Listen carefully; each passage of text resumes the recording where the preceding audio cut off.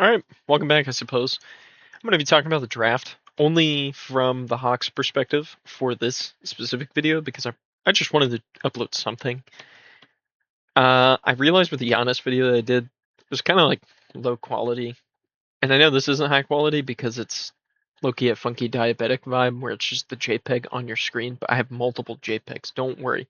We're going to have multiple JPEGs in this video.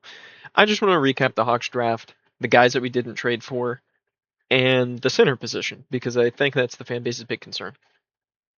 Starting with Kingston, I don't know the last time that we've had a ferocious downhill point guard in my life. I'm really trying to think because I feel like we've never had a guy at point this uber athletic in a very long time.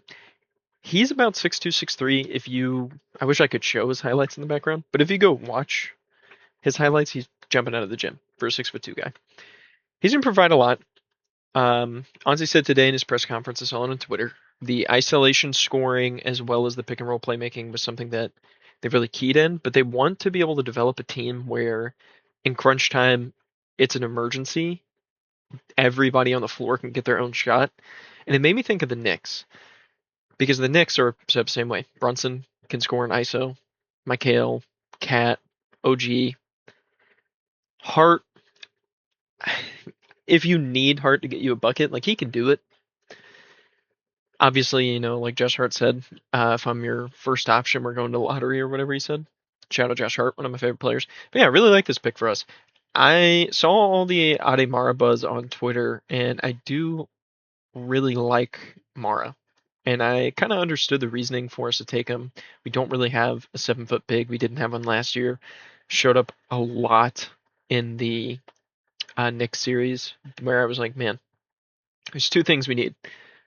Another playmaker of some form outside of just McCollum and Jalen and Nikhil, and we needed a big body. I feel like we answered one of the questions here. We got the playmaker that we want, got the playmaker that I think a lot of fans started to sell themselves on. I think Kingston's gonna be really good. He'll probably develop. I think his floor is spark plug, uber athletic, downhill playmaker, and his ceiling, I mean, is multi-time All Star, you know, shot creator for a team. I don't think he's going to be an elite defender, but he puts an effort, and you saw that at Houston. He's not going to be a black hole the way I think that Onsi in the Hawks front office and some fans previously viewed Trey. Trey's a lot smaller than this guy, but I'm excited to see how this works out. I'm excited to see what Quinn Snyder does for him with and without the ball because Quinn is a wizard for guys who operate well without the ball, and I've seen some internet scouts, I guess you would say, comment on the ability for Kingston to play with or without the ball. Question mark, can he be a two? Could he play alongside somebody like Jalen? I think he'll be fine, especially if we keep him in the game. I think that was kind of the tough thing with Trey is like when he was off the ball, we never kept him in the game for some reason. We never really ran a ton of off-ball actions for him, but he was also so good it was hard not to put the ball in his hand every possession. I think his dynamics gonna be a lot different than Trey Young, and it's gonna be really exciting to have a huge downhill playmaker. Now for Zuby, I really like Patino, so I tuned into a bunch of St. John's games. I replied to a dude on Twitter who seemed extremely bummed with the Zuby pick. He was like, "Oh, another 6 foot center." I think he's going to develop into a four. A lot of real deal experts seem to think they're going to throw and hope that he develops an outside shot to a four. I replied to a different person on Twitter, who made the point to be like, I don't really know who this guy's is. Zuby in an interview pre-draft, I think it might have been Bleacher Report, compared himself to Bam as a downhill scorer. I kind of get it. If you watch his highlights, you see a billion different comparisons. People who watch his off-ball highlights, screening, defense, rebounding, say Draymond. His passing. Guys who watch his on-ball ISO scoring, you see like Paul Millsap or Zach Randolph, like any sort of big power forward. He's a huge dude, massive wingspan. I think his wingspan's like 7'2", if I'm not mistaken. He's a huge wingspan for a 6'7" guy. He could be really, really good in between the 3-point line and at the rim. And if he becomes a serviceable 3-point shooter and a really good downhill scorer, he could start at the four, and Jalen could play the three. You know, I think he's versatile, switchable. He's going to bring a lot of energy off of the bench. I think he'll carve out a role. It's going to be interesting to see how what this does with Mo, because Mo Gay is, kind of a similar vein of impactful energy big off the bench that can stretch the floor, but Zuby potentially will offer you so much more on-ball creation as a playmaker and as a scorer that it could get out of hand. But that, of course, depends on how he translates. He's a big bully ball guy. Like he's going to throw dudes off of him in the mismatch, and I hope that we use him, in the mid post in mismatches and everything. Now I want to talk about the trades. So we didn't do the Jaylen Brown trade. I'm not upset at it. I'm sure the price is really high. I don't think Boston should settle. I'm really quickly going to tap in on this. I get it. From Atlanta, be a fun story. He's a cool dude. I like his game. I think he's a fun player. Always, enjoyed watching him and Jason Tatum. I don't know if it's the right time for us. I feel like we need to stay young, develop these guys. If we become good in 4 years, Jalen would be 29. Jalen Johnson. Jalen Brown would be off the dome, I'm gonna say 32. He's 28. I'm gonna Google that actually. 29. So he'd be 33. I don't think the timelines make sense. I hope he stays in Boston. I don't really think Boston should move him necessarily. They just kind of have to do their due diligence when a guy like Giannis comes available. And I see why they wanted to keep the young people, but that's a whole separate topic when I decide to do like a full breakdown of each team's offseason. I'll discuss that more. Trey Murphy, he's pretty young. I could get behind it. Insanely good off-ball scorer. Insanely good player with or without the ball. Honestly, he's just very, very, very good. And I think it's kind of tough. He's 26. I think he has like 2 years left on his deal. It could potentially be a rental because we'd start having to pay, pay guys. By that point, we'd be paying, I believe, Double O again, and then we'll be paying Na again. I really, selfishly, as a basketball fan, I'm gonna see him in Detroit. Again, different topic, different video.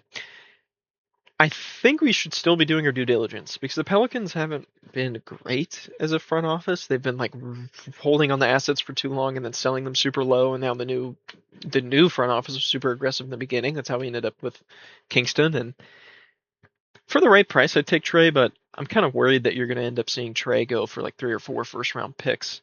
And I just quickly want to talk about the center position. When I saw the Mavericks were dangling Gafford for a potential move up in the draft, I was cool with us trading 23 in salary filler to get Gafford. Granted, he's making 20 million a year, but 7 foot, big-bodied center that can play defense, get rebounds. Kind of need that. That's what we've been talking about. That aside, there's a pretty good amount of free agents that I think we'll look at for the center position. You got iHeart. Everybody's floating that around. I really wanted us to call in Nick Claxton because I really like Nick's game. We didn't. Don't got him. He's a bull. Shout out Chicago. They're going to be fun. They're going to be one of my favorite teams to watch next year for sure. But the Hawks really, really, really need. I'm pretty confident that we're going to end up moving off of Kispert and Heald. They're both, well, Heald's linked to the Heat, and then Kispert didn't really carve out a role in the playoffs with Snyder, so that probably means it will move off. I would assume, if we do, I'd be cool with bringing Garrison Matthews back. There's a lot of shooters like Gary Trent Jr. that thrive off of the drive and kick sort of players. Now having Flemings coming off of the bench, having Jalen Johnson, if you were able to rotate guys like that in and out with a player like Gary Trent Jr., I think he could have a lot of success personally.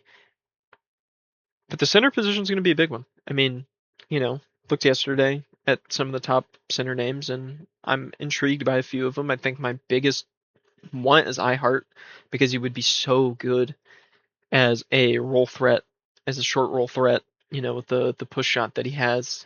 And other than that, I'm really only looking at Daniel Gafford. I honestly don't think that there's a ton of centers that I look at, but to break down who else? I mean, Duran, unrealistic. Walker Kessler would be a sign and trade, but I would take him. I would totally take Walker Kessler, especially if he was able to develop an iHeart, little floater. I just don't think we need to rush it because we still have Double O.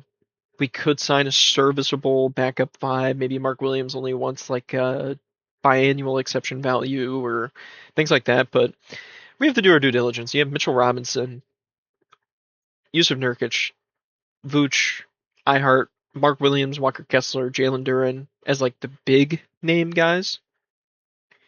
Outside of them, looking at the free agency tracker, why did it move me to 2025?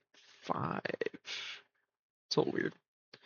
But looking at the free agency tracker, I'm intrigued. I'm intrigued. There's a good amount of centers that I think we could get our hands on. I would vote potential Gafford trade, especially if it's low value. Sign and trade for Walker Kessler. Maybe it's like he wants a 4-year, $80 million deal because it's kind of what good centers are getting nowadays. And then Miles Turner is probably going to get sold super low. Like if it was a salary dump to them and we maybe move like Kuminga in a couple of seconds, I wouldn't be mad at it, but I do think Kuminga is going to be a pretty pivotal part of this team if he stays, but I think he kind of wants to shine in his own role, and the Hawks don't have the minutes to develop all of these players, and they're going to start sacrificing, especially if they want to get a center, they're going to make the sacrifice to go get a center.